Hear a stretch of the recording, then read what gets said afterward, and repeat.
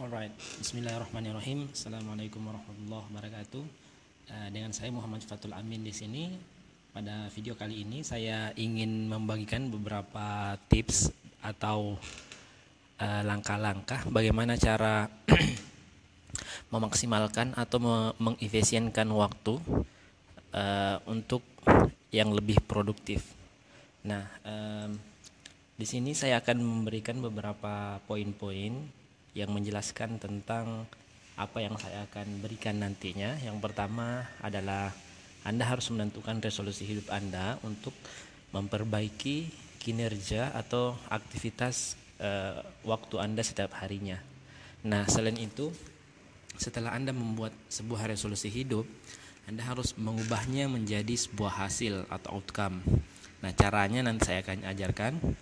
Yang ketiga di sini ada breakdown aktivitas sedetail mungkin.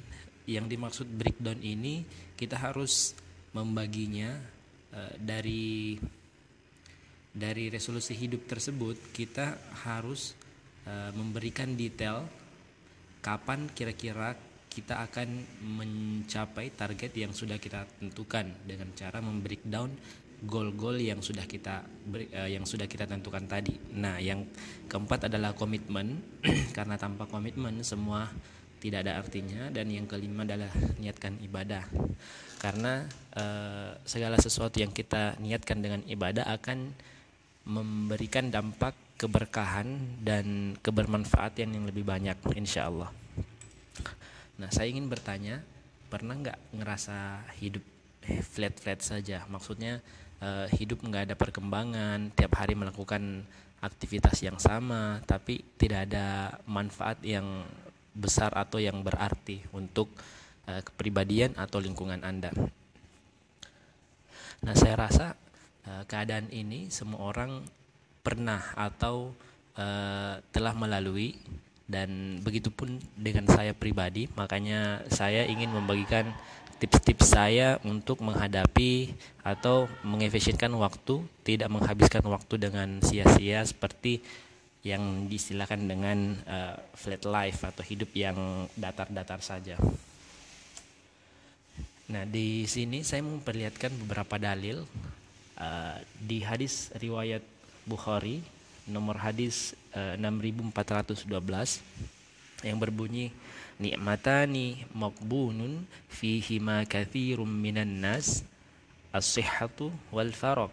Nah, di sini artinya ada dua nikmat yang manusia sering melalaikannya, manusia sering terlena dengannya, yakni nikmat sehat dan nikmat waktu atau kesempatan.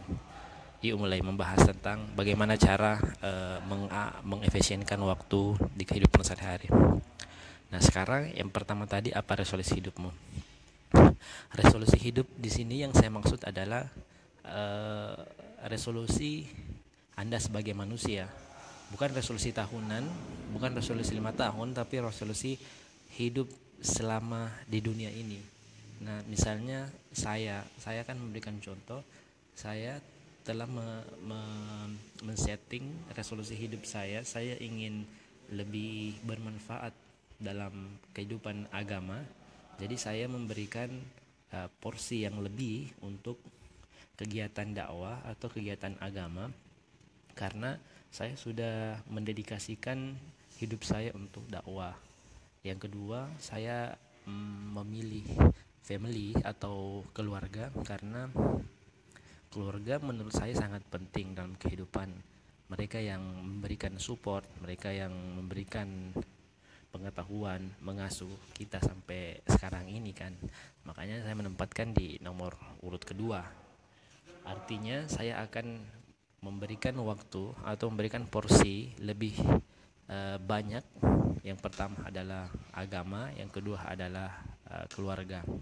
Yang ketiga, saya memilih finance atau keuangan atau kehidupan bisnis saya, karir misalnya, karena tanpa karir, tanpa finansial, kita kita hidup di dunia ini seakan-akan membutuhkan sesuatu yang tiap hari itu kita membutuhkan duit atau uang untuk membeli sesuatu yang kita inginkan itu. Makanya finance atau keuangan ini saya tepatkan di nomor ketiga dari agama, keluarga, dan finance. Nah, di situ Anda bisa menentukan sendiri resolusi hidup Anda ke depannya apa. Silahkan pilih 5 dari sekian banyak resolusi atau goal hidup. Silahkan pilih 5, jangan terlalu banyak, karena ketika Anda membreakdown nantinya Anda akan bingung memprioritaskan yang mana, mengerjakan yang mana dalam 24 jam itu dalam sehari. Silahkan ditentukan. Nah, sekarang setelah menentukan resolusi tersebut, kita ubah menjadi outcome atau hasil. Karena kenapa kita harus mengubahnya menjadi outcome? Supaya alam bawah sadar kita ini terpancing untuk bergerak atau untuk action, melakukan atau mencapai target resolusi yang telah kita tentukan tadi. Nah, caranya gimana? Nah, di sini ada beberapa pertanyaan. Cara mengubah resolusi menjadi outcome itu dengan cara menanyakan pertanyaan-pertanyaan ada di screen ini kepada diri Anda sendiri. Misalnya, apa sebenarnya yang Anda inginkan? Nah, di sini Anda harus menjawab sedetail mungkin. Saya ingin mendapatkan income atau profit 100 juta per bulan misalnya. Harus detail. Jangan menjawab dengan saya ingin lebih bermanfaat untuk bangsa dan negara, karena jawaban ini sangat general, sangat luas cakupannya, dan itu sangat susah untuk di breakdown nantinya. Nah, di sini ada beberapa pertanyaan. Silahkan ditanyakan satu persatu kepada diri Anda sendiri dan jawab sedetail mungkin. Selanjutnya adalah make it detail. Yang saya maksud di sini make it detail adalah membreakdown. Jadi kita harus membuatnya seperti milestone. Misalnya di umur Anda di umur 50 Anda ingin bersedekah misalnya dalam keuangan Anda ingin bersedekah 1 miliar ke anak yatim. Nah, 1 miliar ini Anda harus membreakdown atau memecah-mecahkan 1 miliar ini dari 5 tahun, tahunan atau 1 tahun, quarter atau per 3 bulan, per bulan, mingguan, dan harian. Nah, di sini Anda akan bisa sangat mudah melihat kira-kira kapan Anda mencapai 1 miliar tersebut dalam umur 50 tahun. Soalnya umur Anda sekarang 20 tahun. Nah, masih ada 30 tahun kan. Jadi sisanya 30 tahun, dari 50 dikurangi 20, 30.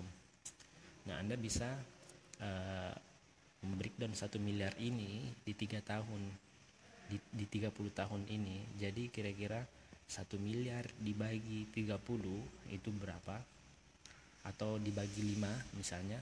Jadi per 5 tahun dibagi 6. Kan 60 dibagi 6 itu kan 5 ya. 5 tahun maksudnya. Makanya Anda bisa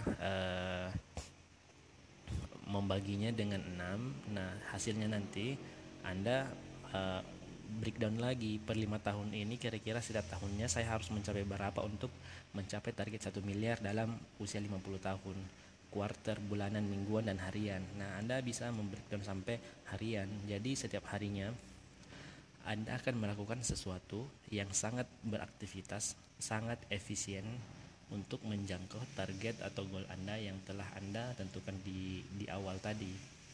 Misalnya Anda menentukan resolusi 5, misalnya agama yang pertama, family yang kedua, keuangan yang ketiga, sosial yang keempat, yang kelima adalah growth atau development. Nah, di setiap harinya, setiap Anda melakukan sesuatu, pastikan 5 poin ini ada satu aktivitas yang berkaitan dengan setiap poin ini. Berarti ya. Jadi misalnya di pagi hari Anda membaca Al-Quran untuk mencapai goal agama Anda. Setelah itu Anda menghubungi kedua orang tua atau menelpon kedua orang tua untuk memperbaiki hubungan silaturahim. Apakah Anda mengirimkan uang ataupun apapun bentuknya, yang penting berkaitan dengan keluarga. Yang ketiga, Anda bisa melakukan aktivitas seperti menghubungi calon buyer atau apapun, atau leads Anda yang jelasnya berkaitan dengan finance yang bisa menggapai atau mencapai target goal Anda yang Anda sudah tentukan. Yang keempat, aktivitas yang Anda bisa lakukan berkaitan dengan sosial. Misalnya setiap hari Anda ingin bertemu dengan satu orang baru misalnya. Nah, Anda harus melakukan setiap hari. Yang kelima, development, misalnya baca buku, ikut training, lihat video, itu bisa termasuk development. Nah, jadi setiap harinya itu Anda melakukan sesuatu yang bermanfaat, yang bisa mengarahkan atau yang bisa mendekatkan Anda kepada goal yang sudah Anda tentukan. Saya kira sangat jelas ya. Selanjutnya, komitmen. Nah, komitmen ini menjadi sifat yang harus Anda miliki, karena komitmen adalah kuncinya sebenarnya. Jadi ketika Anda telah menentukan goal, resolusi hidup, membreakdownnya sampai harian, bulanan, harian, tapi Anda tidak berkomitmen untuk melakukan kegiatan sehari-hari itu sama saja dengan nonsen atau tidak ada gunanya. Jadi komitmen ini Anda harus pancang di dalam hati Anda. Kalau Anda berkomitmen akan melakukan segala sesuatunya, segala aktivitas yang telah Anda lakukan, yang telah Anda set up di awal setiap harinya, tanpa melewati satu aktivitas pun misalnya seperti itu. Jadi Anda harus berkomitmen. Yang kedua adalah niatkan sebagai ibadah. Nah, intinya sebenarnya ini, karena walaupun ini berkaitan dengan kehidupan secara general, tapi ibadah ini yang menjadi poin paling penting dari waktu itu. Karena Allah juga menjelaskan dalam Al-Quran, ketika orang atau manusia tidak mempergunakan waktunya dengan baik, itu sangat dalam keadaan merugi, kecuali orang-orang yang beriman dan yang beramal soleh. Nah, di sini termasuk ibadah. Jadi Anda harus meniatkan sebagai ibadah supaya Anda tidak hanya mendapatkan kehidupan dunia yang sejahtera, tapi juga akan mendapatkan kehidupan akhirat yang insya Allah khair, insya Allah baik kelak. Seperti itu. Saya kira sangat jelas penjelasan tentang waktu, bagaimana cara mengefisienkan waktu, bagaimana cara membuat rutinitas yang bermanfaat. Semoga ada manfaat dari video kali ini, dan silahkan dipraktekkan di kehidupan sehari-hari. Mungkin cukup dari saya, Muhammad Fatul Amin. Thank you so much. Assalamualaikum warahmatullahi wabarakatuh.